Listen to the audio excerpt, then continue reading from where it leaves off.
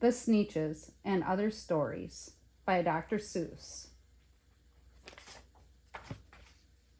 Written and illustrated, that means the pictures are by Dr. Seuss as well. The Sneetches. Now, the star-belly Sneetches had bellies with stars. The plain-belly Sneetches had none upon theirs. Those stars weren't so big, they were really so small. You might think such a thing wouldn't matter at all. But because they had stars, all the star-belly Sneetches would brag, "We're the best kind of Sneetch on the beaches." With their snoots in the air, they'd sniff and they'd snort. "We'll have nothing to do with the plain-belly sort." And whenever they met some, when they were out walking, they'd hike right on past them without even talking. When the star-belly children went out to play ball, could a plain belly get in the game? Not at all. You could only play if your bellies had stars, and the plain belly children had none upon theirs. When the star-belly Sneetches had Frankfurter roasts, or picnics, or parties, or marshmallow toasts, they never invited the plain belly Sneetches.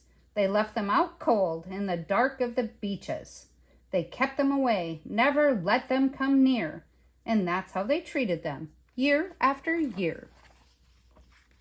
Then one day, it seems, while the plain-belly Sneetches were moping and doping alone on the beaches, just sitting there wishing their bellies had stars, a stranger zipped up in the strangest of cars.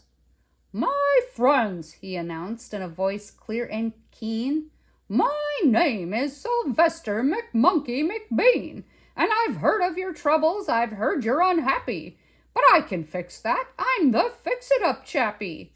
I've come here to help you, I have what you need, and my prices are low, and I work at great speed, and my work is 100% guaranteed." Then quickly Sylvester McMonkey McBean put together a very peculiar machine, and he said, "You want stars like a star-belly Sneetch? My friends, you can have them for $3 each. Just pay me your money and hop right aboard." So they clambered inside, and the big machine roared, and it clonked, and it bonked, and it jerked, and it burked, and it bopped them about, but the thing really worked. When the plain-belly Sneetches popped out, they had stars. They actually did. They had stars upon theirs. Then they yelled at the ones who had stars at the start, "We're exactly like you. You can't tell us apart. We're all just the same now, you snooty old smarties. And now we can go to your Frankfurter parties." "Good grief," groaned the ones who had stars at the first. "We're the best.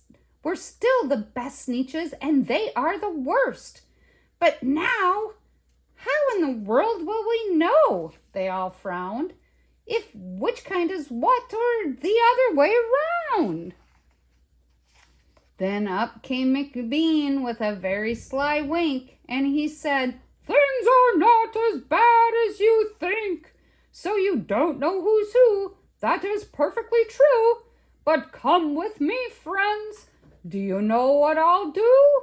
I'll make you again the best Sneetches on beaches, and all it will cost you is $10 eaches." "Belly stars are no longer in style," said McBean. "What you need is a trip through my star-off machine. This wondrous contraption will take off your stars, so you won't look like Sneetches who have them on theirs." And that handy machine, working very precisely, removed all the stars from their tummies quite nicely. Then, with snoots in the air, they paraded about, and they opened their beaks and they let out a shout. "We know who is who, now there isn't a doubt. The best kind of Sneetches are Sneetches without." Then, of course, those with stars all got frightfully mad. To be wearing a star now was frightfully bad. Then, of course, old Sylvester McMonkey McBean invited them into his star-off machine.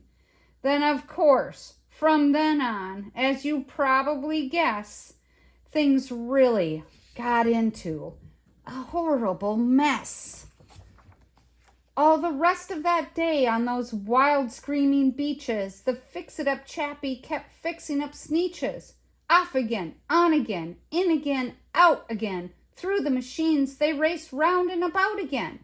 Changing their stars every minute or two, they kept paying money, they kept running through, until neither the plane nor the starbellies knew whether this one was that one, or that one was this one, or which one was what one, or what one was who. Then, when every last cent of their money was spent, the fix-it-up chappie packed up and he went, and he laughed as he drove in his car up the beach. They'll never will learn. No, you can't teach a Sneetch. But McBean was quite wrong, I'm quite happy to say, that the Sneetches got really quite smart on that day. The day they decided that Sneetches are Sneetches, and no kind of Sneetch is the best on the beaches. That day all the Sneetches forgot about stars, and whether they had one or not upon theirs. The end.